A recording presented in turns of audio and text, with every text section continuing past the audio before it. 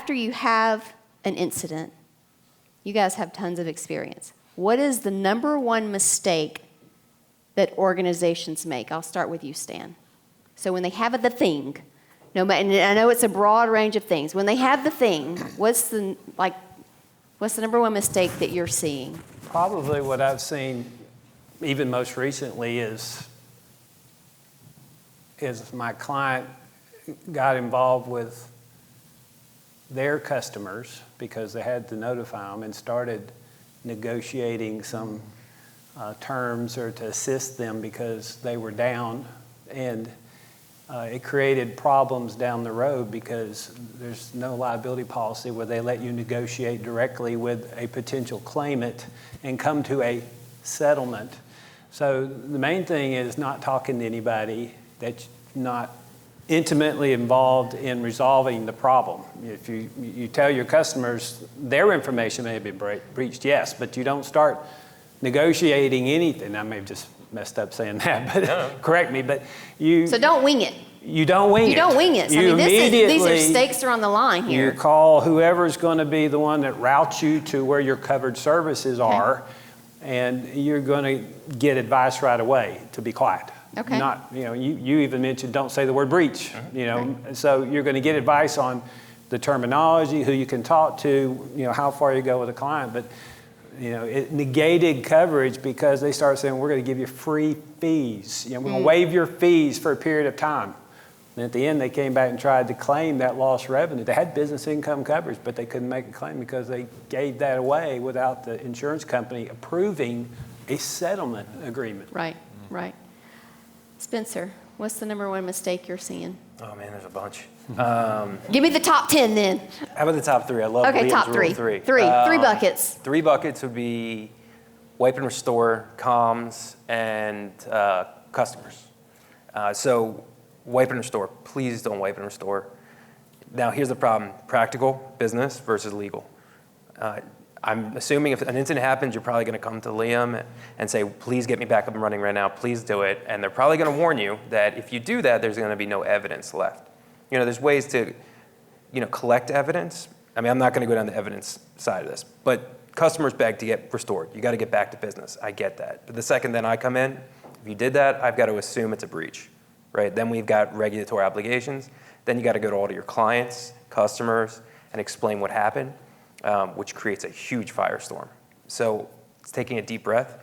Second part is communications, and I guess I can roll that in with the customer part. But communications, don't call it a breach, right? A breach is a legal determination, and we don't want it to be a breach. A cyber incident happens, I try not to get in the tech lane, right? Because tech people like Liam will throw something at me. But it's like what? Once every 38 seconds, device connected to internet experiences a potential cyber attack. Happens all day. To get to the data breach, we really need to talk about what information's involved, where the people are located, what regulations are impacting you. Was it unauthorized access and acquisition? View, see, either or. And that comes down the road.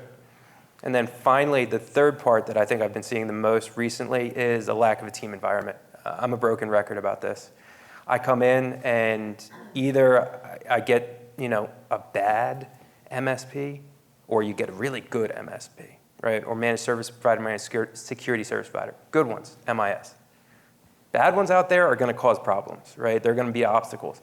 Brokers and agents. Good ones are going to help kind of move the ball along. They're going to be your advocates. Bad ones are going to give you bad advice and likely not help you with their policy. Attorneys the same way, right? These are people who are not qualified to do that. And then neglect that you can't have fiefdoms. This is a team game. Cybersecurity is such a team game, and you need all the pieces working together. Awesome. Liam. Yeah. So there's a lot of strategy involved, and even on the IT side, we're not attorneys, but somehow we actually have to know quite a lot about rules, regulations, compliance, laws, what we can do, what we can't do, where the line is. Because we ourselves can overstep that line inadvertently and actually cause harm, right? And so one of the things that we look at is this concept around what we call chain of custody. And chain of custody is this concept that says we need to preserve the data at the time we had an attack so that we can then turn it over for evidence. The insurance company can get forensics involved. We can assign somebody to work with the insurance company to work through forensics, all the way through to expert witness. If this thing ends up going to court, you need to have somebody who's certified to be an expert witness to certify what the data says and the fact that it's legal and legitimate. There's a whole process that outlines that. And so one of the things you've got to really resist is this thought about, oh my gosh, we're down, quick, restore it, restore it, restore it. Put the customer back, they've got to get back in business, we've got to do it right now. Quick, quick, quick, how fast can we do it? You really open yourself up to two things. One is, as soon as you do that, you're now saying, I take responsibility for that. The second thing that you open yourself up to is, not only do I take responsibility for that, but I void any insurance that I had because I did this on my own. And that's a big deal. This could be millions, tens of millions, hundreds of millions of dollars, right? And so this is a big deal. And so one of the things that we think about in terms of how do we balance this, right, is we understand on the one side, a customer can't be down sometimes literally for months while forensics is doing their investigation. We actually had this with a banking customer that got hit, right? That's the one side. On the other side, you can't just restore it and get them back in business so that the customers can be happy and they can do their thing, because that could cost everybody millions. Where's the balance? And so one of the things that we do in our cloud is we'll actually restore into a separate network that's encapsulated and private, and we keep and we create that chain of discovery or chain of evidence with the e-discovery on whatever was breached. And we start doing checksums where we can mathematically prove that the data is the way it was at the time the incident happened. Because the auditor is going to want to see it. They're going to want to know, is this email from the time of the breach, or did you modify the email? They're trying to figure out, is this email, this file, this thing, this system, would it be admissible in court?